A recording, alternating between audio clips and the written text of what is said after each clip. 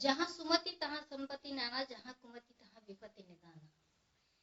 कल मैंने जो वीडियो बनाया था वो बुद्धि से संबंधित था, बुद्धि की परिभाषाओं से संबंधित था। सही में बुद्धि अगर नहीं हो तो आपको गलत रास्ते पे जाने से कोई भी नहीं रोक सकता। नमस्कार, मैं सुलोचना अपने YouTube चैनल में एक बार फिर से स्वागत करती हूँ। और लॉकडाउन होने की वजह से सब लोग मायूस हैं कि मेरी पढ़ाई काम आएगी या नहीं। बिल्कुल आएगी।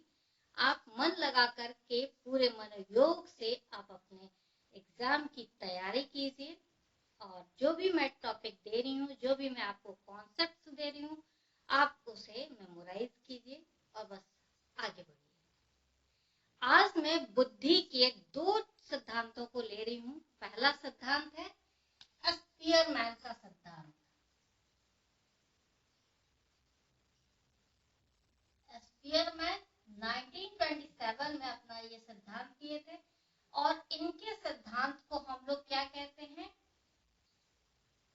2 फैक्टर थ्योरी।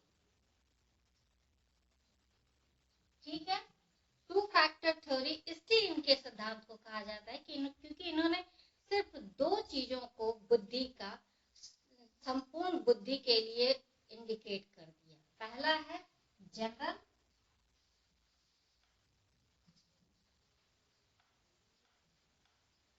जनरल फैक्टर, और दूसरा है स्पेशल फैक्टर।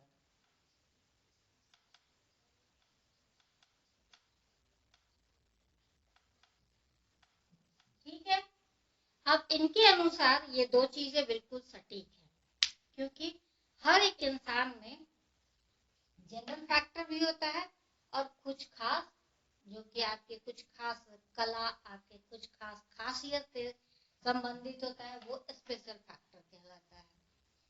अगर हम दूसरे सिद्धांतों की बात करें तो उन सिद्धांतों में ये 2 बातों को खारिज कर दिया गया है, लेकिन सिद्धांत हमारे स्पीयरमैन का सिद्धांत है और ये गलत नहीं होगा, क्योंकि अगर हम जनरल वे में किसी भी सिद्धांत को उठाते हैं तो लगता है कि बिल्कुल सही है। चलिए, जनरल फैक्टर क्या होता है? एक व्यक्ति में जो कुछ भी सामान्य रूप से पाया जाता है या कॉमन रूप से पाया जाता है वो कहलाता है जनरल फैक्टर। जैसे कि आपका किसी के साथ देखकर, बातचीत करके हंसना, मुस्कुराना, या किसी खास टॉपिक पे खास सहमत हो जाना एक दूसरे को, या फिर कई बार हम लोग असहमत भी हो जाते हैं, या फिर बहुत सारी चीजें आती हैं, लेकिन इसमें मेन चीज होती है मेमोरी और रीजनिंग।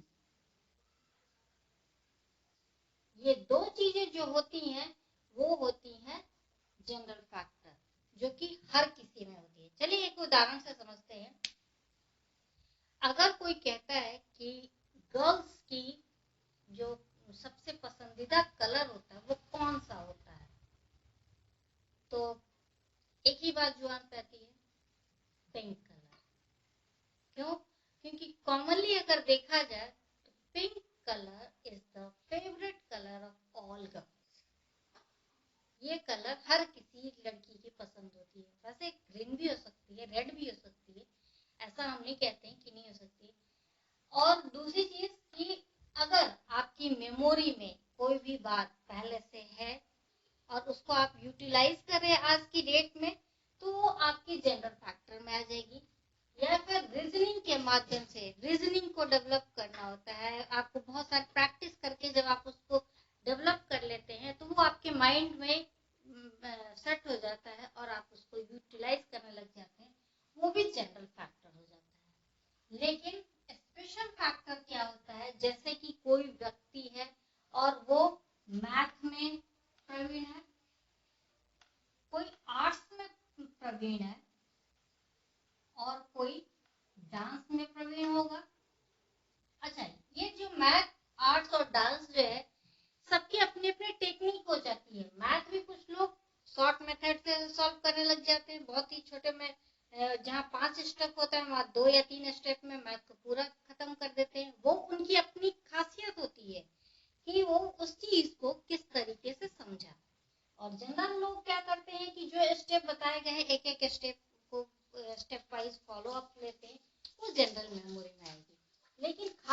से एकदम बिल्कुल ट्रिक के साथ अगर हम मैथ को सॉल्व करते हैं तो वो हमारा क्या हो जाएगा, स्पेशल फैक्टर। आर्ट्स है, जैसे कि आपने कोई एक फ्लावर ले ली और दो अच्छे आर्टिस्ट ने कहा कि इसे आप अपने अपने तरीके से बनाएं। अब वो दोनों ही अपने अपने तरीके से बनाएंगे, दोनों ही अपनी अपनी कला का प्रदर्शन अलग अलग कलरिंग के माध्यम से, अलग अलग कलर कॉम्बिनेशन के माध्यम से करेंगे। और उस चीज को आपके सामने जब प्रेजेंट करेंगे तो आप सोच भी नहीं पाएंगे कि इन दोनों ने, मैंने तो एक टूल दिया था और इन दोनों ने अपने अपने तरीके से उसको कितने अच्छे तरीके से रिप्रेजेंट किया। तो ये क्या होगी, उस व्यक्ति की स्पेशल फैक्टर वाली बुद्धि हो गई, स्पेशल खासियत, खास बुद्धि हो गई। तो इस तरीके से, या फिर डांसिंग है, डांसिंग में भी बहुत सारे लोग कथक ही करते हैं, लेकिन कथक करने का भी अलग अलग लोगों का अलग अलग तरीका होगा। वो कथक को किसी और तरीके से थोड़ा सा फॉर्म चेंज करके उसको और अपना खूबसूरत रूप में प्रेजेंट कर सकता है, या फिर कुछ लोग पारंपरिक चीजों को लेकर के आगे बढ़ते हैं। तो वो दोनों ही कला बिल्कुल डिफरेंट हो जाती है, यानी कि एक व्यक्ति को दूसरे व्यक्ति से बिल्कुल डिफरेंट बताता है। तो ये हो गई स्पेशल फैक्टर या फिर स्पेशल बुद्धि। इनकी थ्योरी दो फैक्टर्स में ही सिमट जाती है और इसे बस हमें याद रखने की जरूरत होती है। कई बार सवाल पूछा जा सकता है कि मेमोरी और रीजनिंग कौन सा फैक्टर होगा। ज्यादा से ज्यादा लोग यही जवाब देंगे कि स्पेशल फैक्टर है। नहीं, बिल्कुल भी नहीं। जो मेमोरी और रीजनिंग होती है वो कॉमनली हर किसी में पाई जाती है, हाँ थोड़े डिफरेंट मात्रा में पाई जाती है। या फिर एक ही व्यक्ति है, उस व्यक्ति में किसी काम को करने के लिए ज्यादा तेज दिमाग चलता है तो किसी काम को करने के लिए कम दिमाग चलता है, लेकिन चलता तो सबका है। ठीक है, चलिए अब हम दूसरा सिद्धांत लेते हैं, मल्टी फैक्टर थ्योरी। और मल्टी फैक्टर थ्योरी के जो जन्मदाता है वो कौन है, आपको पता है, थॉर्नडाइक।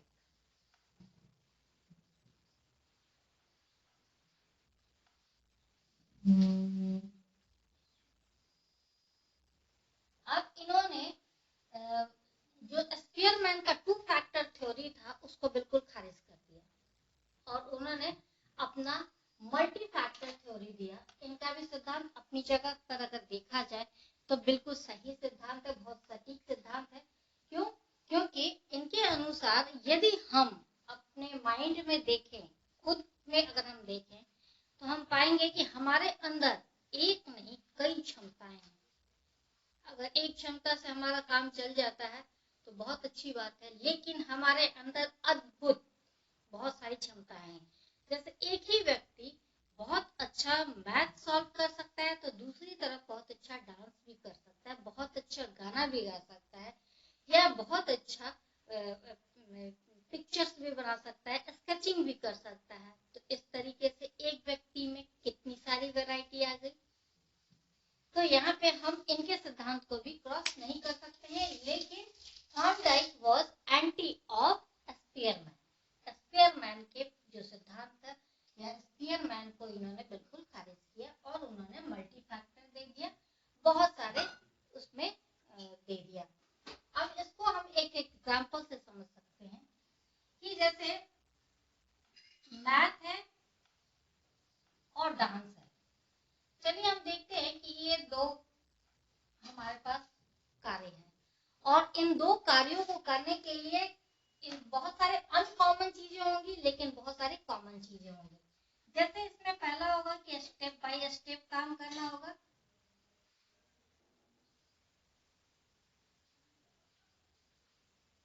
फॉर्मूला याद रखना होगा, फॉर्मूले को मेमोराइज करना होगा। तीसरा हो गया लॉजिक आपके पास सही होनी चाहिए। चौथा हो गया आपका कंसंट्रेशन।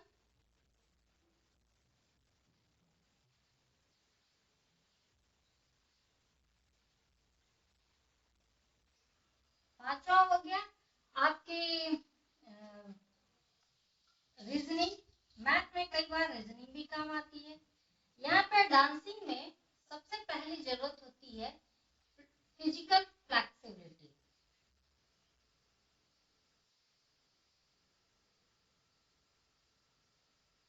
दूसरा हो गया हर चीज एक स्टेप बाय स्टेप ही होगा।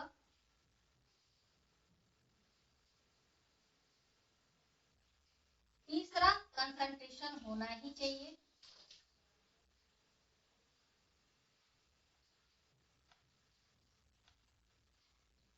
तो यहाँ पे आप देख सकते हैं कि बहुत सारे मैथ में खासियत क्या क्या होनी चाहिए आपके अंदर, वो भी है, और डांस में खासियत क्या क्या होनी चाहिए वो भी है।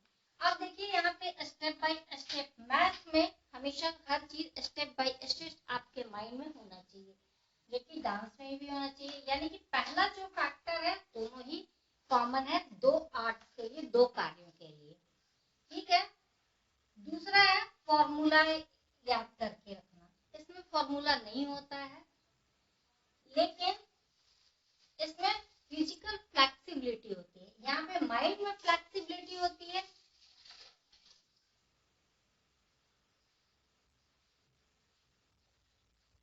और यहाँ पे फिजिकल फ्लेक्सिबिलिटी की जरूरत पड़ती है। यहाँ पे लॉजिक की ज्यादा पड़ती है जरूरत।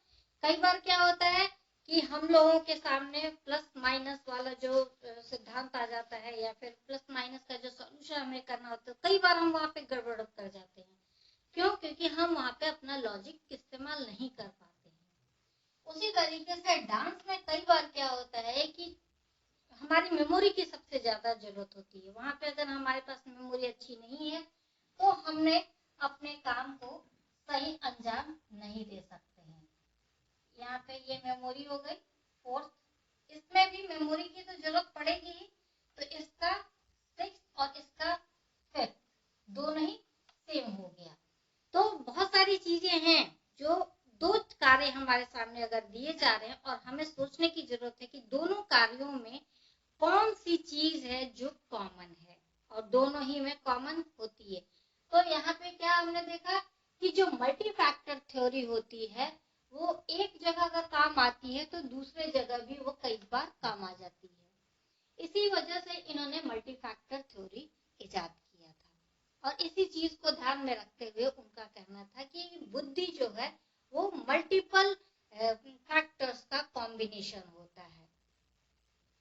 अच्छा, इन्होंने अब बुद्धि के 3 तत्व बताए हैं। मुख्य रूप से उन्होंने बुद्धि के 3 फैक्टर्स बताए हैं, जो कि आपको मैंने पिछले क्लास में समझा रखा है। पहला है कॉन्क्रीट, दूसरा है एब्स्ट्रैक्ट, और तीसरा है सोशल। कॉन्क्रीट यानी कि आपका सतही ज्ञान, यानी कि आपके सामने कोई भी अगर मैथ दे दिया जाता है तो आप सिर्फ उसको बस याद करके और काम कर देते हैं। लेकिन कुछ ऐसे लोग होंगे जो उसमें प्रॉब्लम में और दूसरा प्रॉब्लम ढूंढ करके उसका सॉल्यूशन करते हैं, या फिर उस चीज को डेप्थ में जब पढ़ते हैं तो वो उनका अपना सब्जेक्ट बन जाता है। जैसे कि बहुत सारे लोग होते हैं, अलग अलग लोग होते हैं, और उन किसी का तो मैथ बहुत अच्छा हो जाता है, किसी का साइंस बहुत अच्छा हो जाता है, किसी का आर्ट्स बहुत अच्छा हो जाता है। क्यों? क्योंकि कुछ लोग मैथ को कंक्रीट लेवल पे पढ़ते हैं, मतलब सतह के रूप में पढ़ लेते हैं, चलो मुझे पास करना है, तो वो उनका सतही ज्ञान रह जाता है, ऊपर ऊपर का ज्ञान रह जाता है, बाकी डेप्थ में जा नहीं पाते, इसलिए उनका मैथ अच्छा नहीं हो पाता। उसी तरीके से अगर उन्होंने मैथ पे ज्यादा कंसंट्रेशन कर लिया, डेप्थ में उस चीज को एक एक फॉर्मूला को सोच समझ करके पढ़ लिया, तो वो हो गया उनकी एब्स्ट्रैक्ट ज्ञान, एब्स्ट्रैक्ट बुद्धि। और तीसरा है सोशल फैक्टर। सोशल फैक्टर में क्या आता है कि चलिए आपके पास बहुत ज्ञान है, बहुत सारी कलाएं हैं आपके पास, लेकिन अगर आप किसी से सही तरीके से बात करना नहीं जानते हैं, या फिर आप अपने जो भी आपके फ्रेंड्स हैं उनके साथ आप अच्छे तरीके से ट्रीट नहीं करते हैं, तो आपके ज्ञान का कोई फायदा नहीं होगा। क्यों? क्योंकि हर एक व्यक्ति अपने आप को आपके साथ एडजस्ट करना चाहता है और आपके अंदर वो चीजें नहीं होंगी तो आपके साथ एडजस्ट तो कर नहीं पाएगा।